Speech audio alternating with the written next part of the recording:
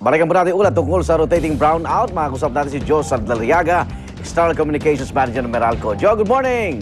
Igan, magandang umaga sa iyo at sa inyong mga tagapanood. Anong schedule ngayon? Well, medyo mas hindi maganda ang sitwasyon natin ngayon, Igan. 3 hours itong tinitingnan nating duration. Anong oras?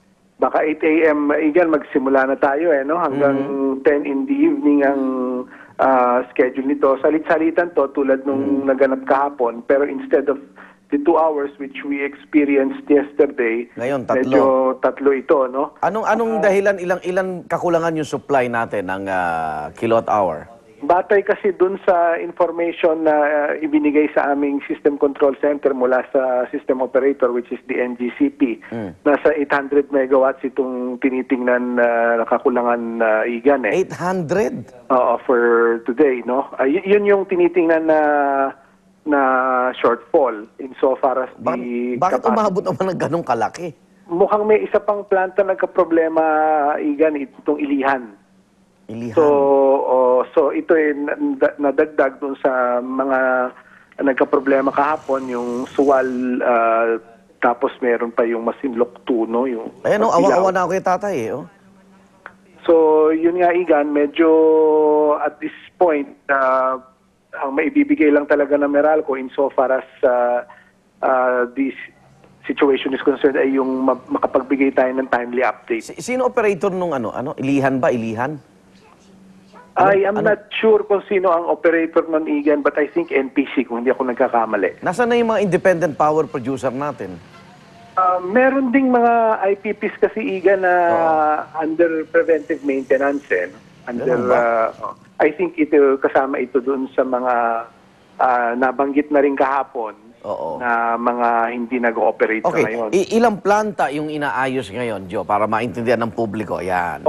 Well, unang-una siguro, Igan, linawin ko lang, ang Meralco sa distribution side lang, ano? So, we merely ilang planta yung hindi makapag-distribute sa inyo? Ayan. Well, sa ngayon, based sa information kahapon na nakalap namin, ito lang yung nakalap naming information. Tulad nga binanggit ko sa yung Suwal, okay. Yung Masinloc 2, okay. Yung Pilaw, and may under preventive maintenance din IPPs. So, so far as the total is concerned, hindi ko lang mabibigay sa ngayon yung information na yan, Igan. Pero kahapon, ito kasi yung medyo malalaki yung capacity na hindi nakapasok on stream. Kaya nagkaroon tayo ng interruption yesterday at ngayon nga medyo nadagdagan ng duration tayo. Kayo ba sa Meralco hindi nyo nararamdaman na baka kinokondisyon tayo habang papalapit ang eleksyon, Joe? Well, as far as Meralco is concerned, on the distribution side, yun nga sinasabi ko in terms of pag nag-i-issue kami ng statement, bibigay kami ng qualifier, na on the distribution side, talagang kami, ginagawa namin lahat ng kinakailangan para masiguro natin yung systems natin, yung ating mga facilities, sometimes sa distribution side, no? Okay. Pero alam mo naman, hindi namin kontrolado kasi yung both sa generation at transmission, no? Okay. So, dependent kami dyan Yung 3 oras na yan, pwedeng ngayong araw lang, bukas, iba na, gano'n? Posible yon. Kasi bukas, Igan, holiday, so mas mababa ang demand.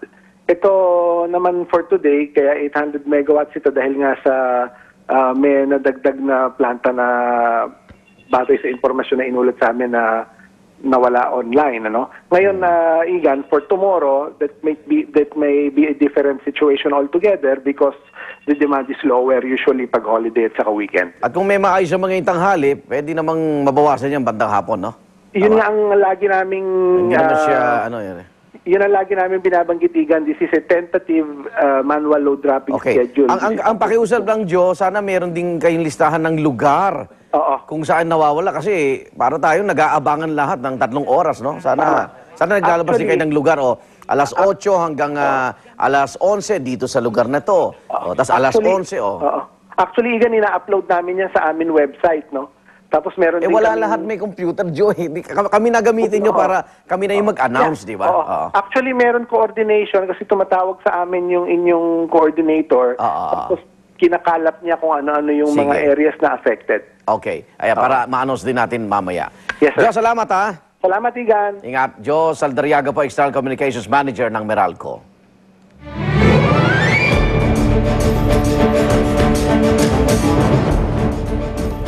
Mahigit isang buwan bago mag-eleksyon, todo kayod pa rin ang mga presidential candidates sa pangangampanya. Narito ang report. Ang baluarte ni Pangulong Arroyo sa Pampanga ang sinuyo ni Liberal Party Presidential Candidate Senador Noynoy Aquino. Kasama ni Aquino si Pampanga Governor Ed Panlilio at ilang senatorial candidate ng LP. Sa Pampanga rin nangampanya si ang kapatiran Presidential Bet JC De Los Reyes. Ang mga probinsya ng Dipolog at Zamboanga naman ang inikot ni dating Pangulong Joseph Estrada. Ang mga Bicolano naman ang sinuyo ni Senator Richard Gordon na magtungo siya sa Camarines Sur. Dumalo naman sa iba't ibang pulong si Senadora Jambi Madrigal. Sinuyo naman ni Presidential Candidate Nicanor Perlas ang mga Cebuano. Mga probinsya sa Central Luzon ang sinuyo ni Lakas Kang PCMD Presidential Candidate Gilbert Chodoro. Nag-ikot siya sa mga lugar sa Pampanga at Bataan. Hindi muna mangangampanya ang running mate niyang si Edong Manzano dahil sa pagkamatay ng kanyang kapatid na nasa Amerika. Nasa Cagayan de Oro naman si Bangon Pilipinas Presidential Bet Brother Eddie Villanueva. Nasa Cebu naman si Nationalista Party Presidential Bet Manny Villar para sa mga radio interviews at pagpupulong.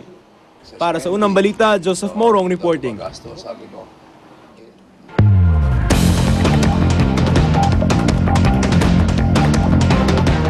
Tatlong magkakapatid patuloy na pinaghahanap matapos mahulog sa basement ng isang building na puno po ng tubig.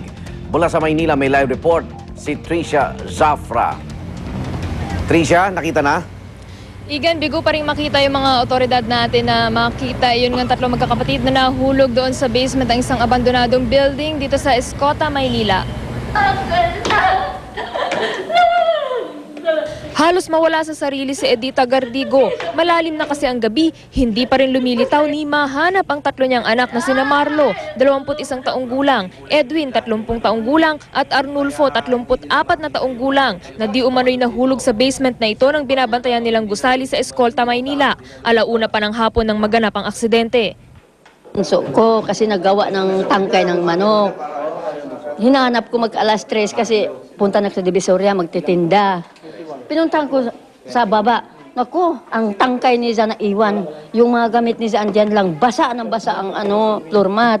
Di nalaman ko na, sana yun? Baka nahulog doon sa tubig, malapit lang. Di nahulog. Sampan, tinawag ko yung anak ko na isa. Sabi ko,